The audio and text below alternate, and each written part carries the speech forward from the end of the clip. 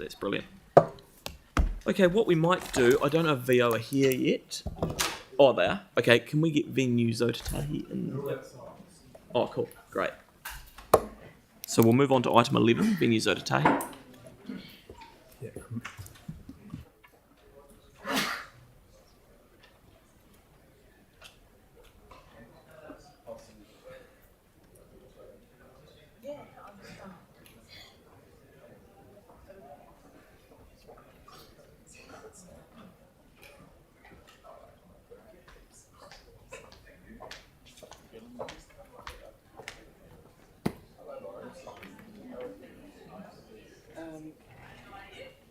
All right, let's get into it.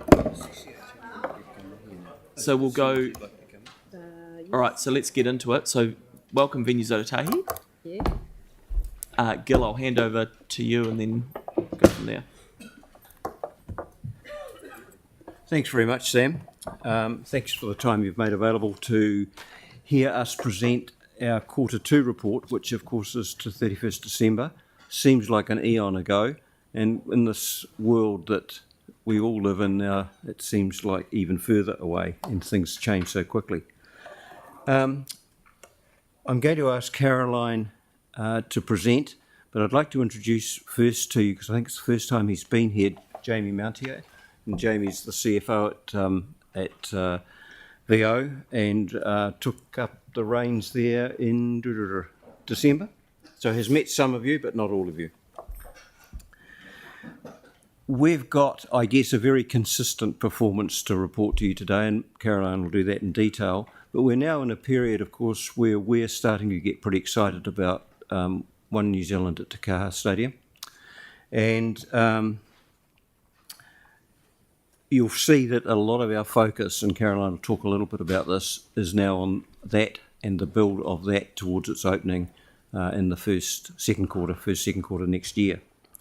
So I'm going to hand over without further ado to Caroline to present to you, and then hopefully we've got time for a few questions at the end. Thanks very much. Lovely. Oh, good morning, everyone. Good to see you. I think it's the first time for 2025, which is a little bit scary, isn't it, now that we're almost at the end of the third quarter. But look, what we'll do today is what we normally do, which is take a little look back and then focus a little bit on looking forward. As you'll see from our Q2 report, the operational performance of the business has been really strong for the first half of the year. All of our operational performance targets are on track and our financial performance targets are ahead. So you'll see there, obviously, we've welcomed over 330,000 guests and we're on track to well and truly surpass that 500,000 by the end of the year. And as you'll see, we've got a good blend of ticketed business and community events and are on track to deliver 16 of those major events by the end of the year. Now, looking back at some of the highlights, obviously some of you would have enjoyed some of the events that we celebrated hosting for the first half of the year. But what's really good to see is the strength of activity and the diverse nature of the events across the portfolio. You'll see there the Town Hall did 154 of the 230 events that we delivered, which is 67% of the total volume. So just awesome to see the consistency of activity at the Town Hall. But then even looking at the arena, 32 events there, 2 Hosier sold out concerts, Fast Five, really diverse content again. And always good to see Apollo Project Stadium keeping on going till the end with a couple of sold out rugby league matches there.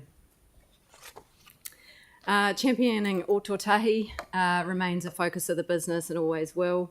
And you'll see there, obviously, we've maintained our on track for around 80%. We're just a click under there at 79 for food, 73% for local suppliers and contractors, and 76% for beverage. And what that looks like is around a $20.6 million indirect and direct economic contribution to the region in the first half of the year.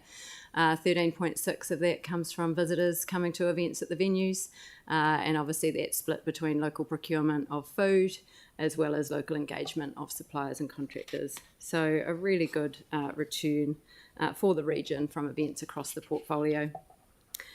We've spent a lot of time, obviously, over the last little while developing both our social and our environmental impact framework, and this is the first time we've reported on the social impact framework. So really good to see across the board those extra community initiatives that we are doing. So obviously we're training a lot of local staff. We now have a partnership with both Choices New Zealand and the MSD around employment opportunities.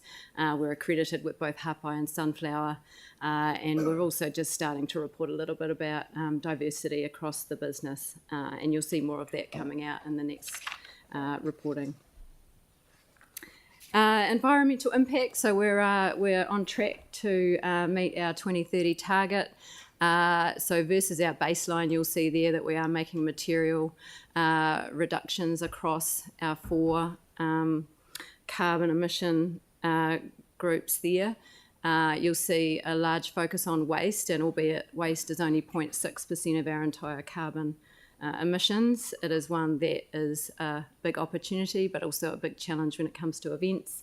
But you'll see across the board we are making some good strides there.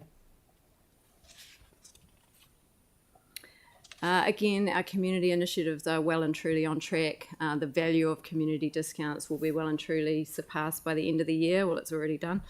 And we've delivered around 34 community events to the end of the year, so that annual target of 45 will be well and truly achieved. We do a quarterly pulse check internally to check in on our team, and we will always have a slightly different focus. So this quarter was around learning and development. But we always ask that one consistent question around engagement. So 86% engagement across our permanent and casual team, which is awesome. People that work for Venues Ōtautahi are very proud to do so. And a lot of our engagement is actually not only about our industry, but actually about what our organisation contributes on behalf of the city. So great to see that, that engagement with the broader aspects of our purpose. And our NPS, again, is all on track. From a financial performance perspective, you'll see there a $557,000 positive variance to budget for operating income. That's a combination of things. One is the impacts of a material commercial transaction we have made around our ticketing services partner, and also catering contribution. So, and that comes down to the event types that we've delivered over the first half of the year. But what's really good to see is that actually coming out in terms of our operating profit, which means we're also managing our costs in a very stringent and controlled way.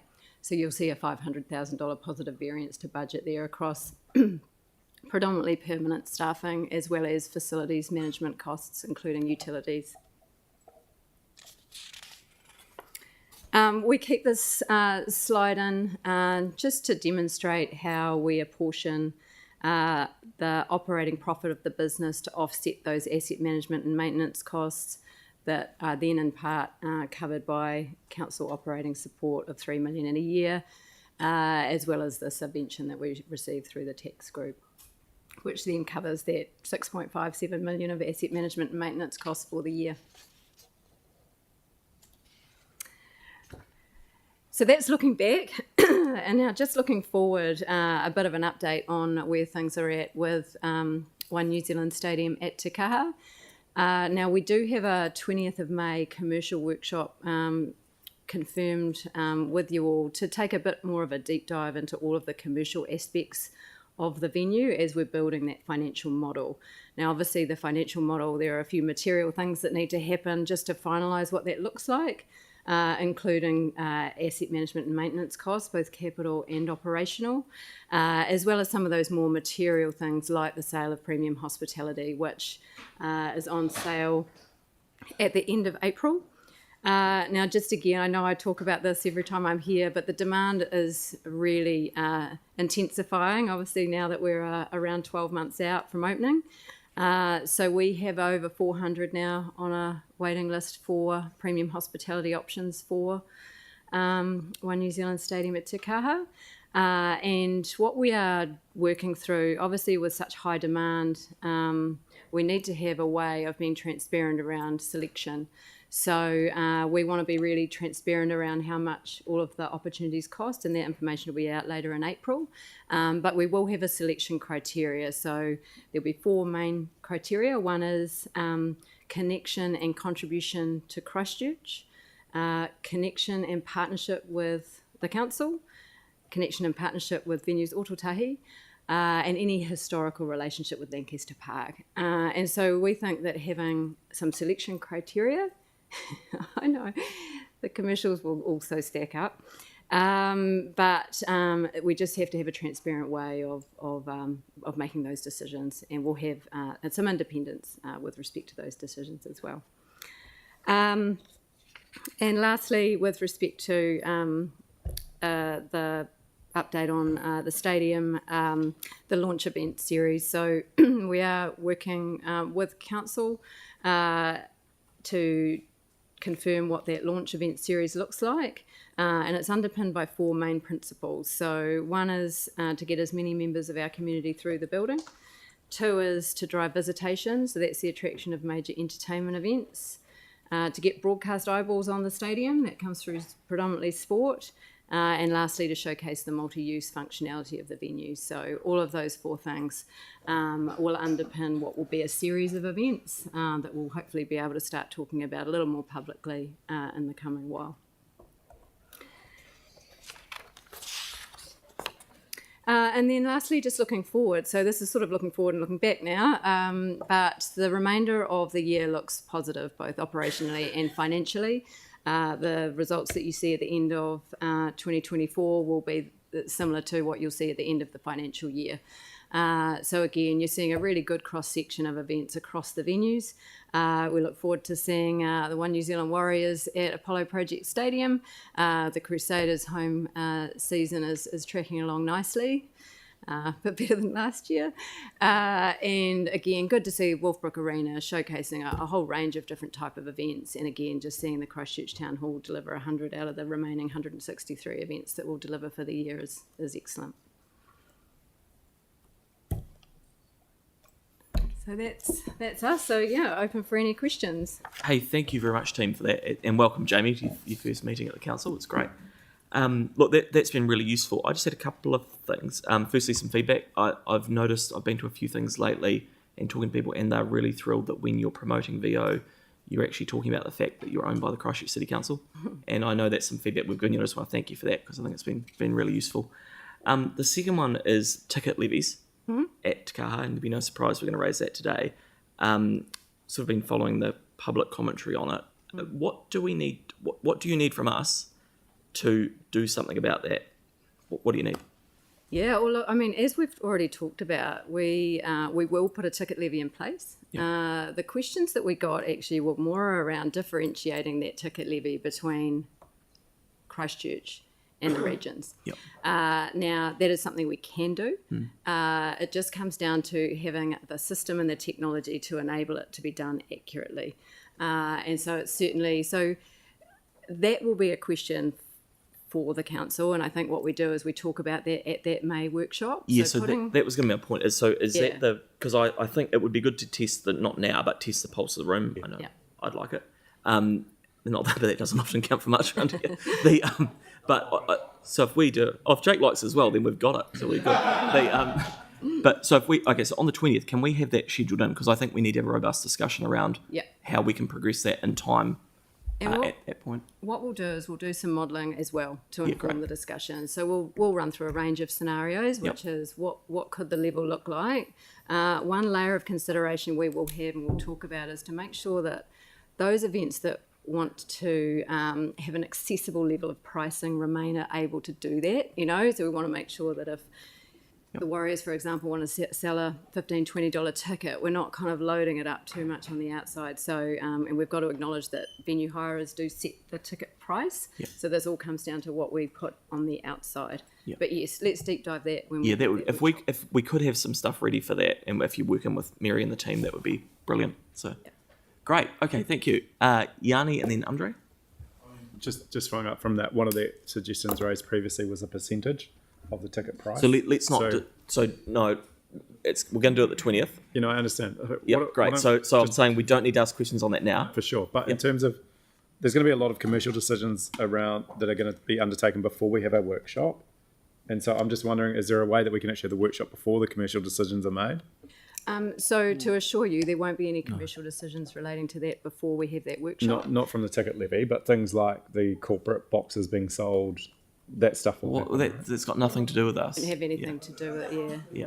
You can register your interest for one if you like, but it's probably not. I mean, at a general level, I guess what I was really keen to understand is, given that there's so much goodwill and excitement about the stadium, given that it's our biggest cost, what are we doing to fundraise to get external funding outside of council to contribute to the cost of the stadium?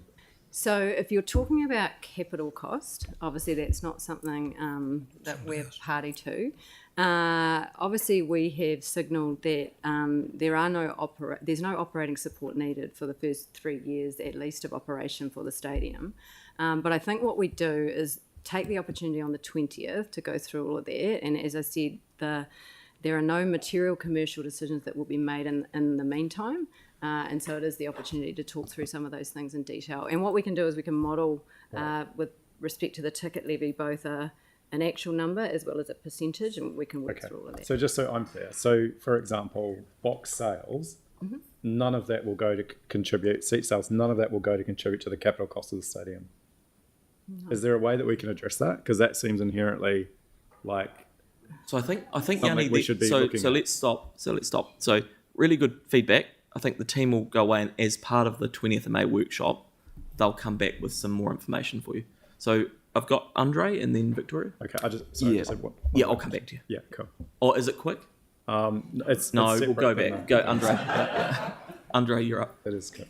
Thank you. I tried to find answers this last night and no success. In terms of charging a different ticket levy for out-of-towners to locals, are there any other examples of that working in Australasia? I tried to find other examples if there's anyone else doing it. I've not done that research. Yeah. Okay, no problem. Yeah. So that'll come back Thank as you. part of that. Yeah. Cool. Victoria?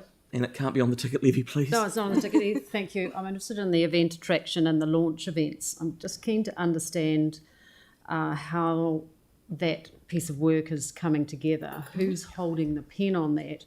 Who's doing the negotiations? What does the pipeline look like? Who's involved in that? And when do we start hearing about that?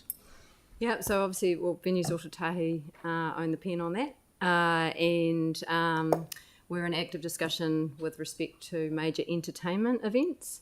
The one thing I would say about major entertainment events is that April is just outside the normal touring window for major artists, with the 20th of April 2026 being the official date of opening or practical completion. That does just put us a click outside. So those conversations are active. When it comes to sport, obviously we own those relationships with the likes of the All Blacks, for example. So they've released the schedule for bidding for next year and the year after. So when we're designing that series of events, obviously that's a Venues Ōtautahi led initiative, and what we're doing is we're making sure that we're working with council for any of those curated events or any events that might want to transfer over to the stadium, so we can make sure that pipeline's really strong. But it is really strong. So we've got an events ecosystem and we've got a CPG. So is that part of that conversation as well, and is CNZ in that mix? Anything that involves a bid incentive is part of the CPG process, yep. Thank you. My next question was in relation to page 6, if I can just pull that back up, of your slide. Here we are. And it's around the VO social impact. Can you point me to some more information around the estimated economic benefit? We've got a sum there, but I've got no information about what's the methodology you use for that. And it's just that total there. So it's that 20.61 million, which is made up from what we procure locally, which is 828,000. The visitor spending is the same methodology that CNZ and Tourism New Zealand use, which we use. We get the data from obviously our ticketing agent as well as our business events as to who's come from where. What we don't do, and that's why it's estimated, is that we don't pay an external company to validate that information, but the methodology is the same. okay, so that was my next question, was around the validation of that information. So it's not validated, it's just your estimates. Well, it's the estimate based on the same methodology that Christchurch NZ and Tourism New Zealand use. The major events are validated, so anything that is involves a bid incentive fund is validated through Christchurch NZ. But obviously, it's not affordable for us to validate every single piece of event data because it's quite an expensive process. Great. So that's been moved by Phil and seconded by Mel. And I've got one final short question from Yanni. Oh, yeah, there were two very quick questions. One is just wondering what's happening with the balance of precinct for the stadium that we own. Is anyone doing any work around what the potential opportunities are? Yes, well, so we've started some initial discussions around what that could look like. Obviously, that's a discussion between us and council, but we're yet to have that formal discussion.